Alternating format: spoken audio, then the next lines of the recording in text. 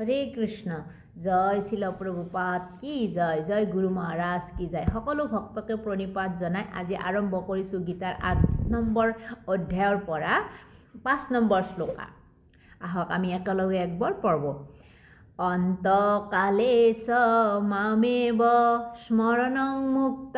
কলেবৰং জং প্ৰয়াতি সমদ্ভৱং যাত্ৰীনা অস্ত্ৰ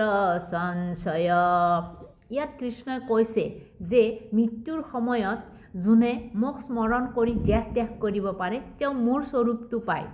ইয়াতে সুন্দৰ কথা কি হ'ব পাৰে যে মৃত্যুৰ সময়ত যদি আমি কৃষ্ণক স্মৰণ কৰি মৃত্যুমুখত পৰিব পাৰোঁ তেতিয়াহ'লে আমি কৃষ্ণৰ স্বৰূপ লাভ কৰিব পাৰোঁ কিন্তু মৃত্যুৰ সময়ত কৃষ্ণক স্মৰণ কৰাটো ইমান সহজ কথা নহয় কাৰণ যেতিয়া এজন মানুহ মৃত্যু সজ্জাত পৰি থাকে তেওঁৰ স্মৃতিশক্তি হ্ৰাস পায়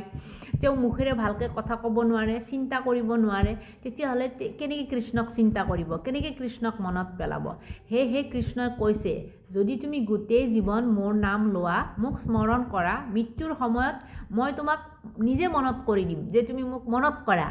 সেয়েহে আমি জীৱনৰ আগ বয়সৰ পৰা সৰুৰ পৰা আমি কৃষ্ণক আমাৰ জীৱনত এড কৰি ল'ব লাগে সংযোগ কৰি ল'ব লাগে যেতিয়া আমি সৰুৰে পৰা এটা বস্তু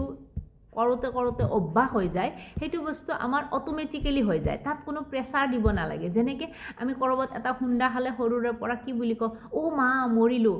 কিয় আমাৰ মা প্ৰথম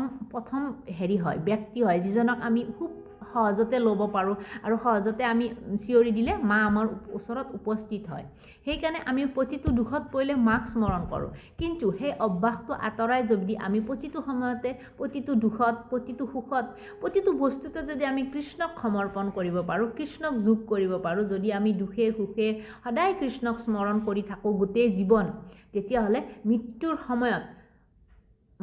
কষ্ট নোহোৱাকৈ আমি কৃষ্ণক স্মৰণ কৰিব পাৰিম আৰু কৃষ্ণৰ নিচিনা এটা স্বৰূপ লাভ কৰিব পাৰিম হৰে কৃষ্ণ জয় শিল প্ৰভুপাদ কি জয় জয় গুৰু মহাৰাজ কি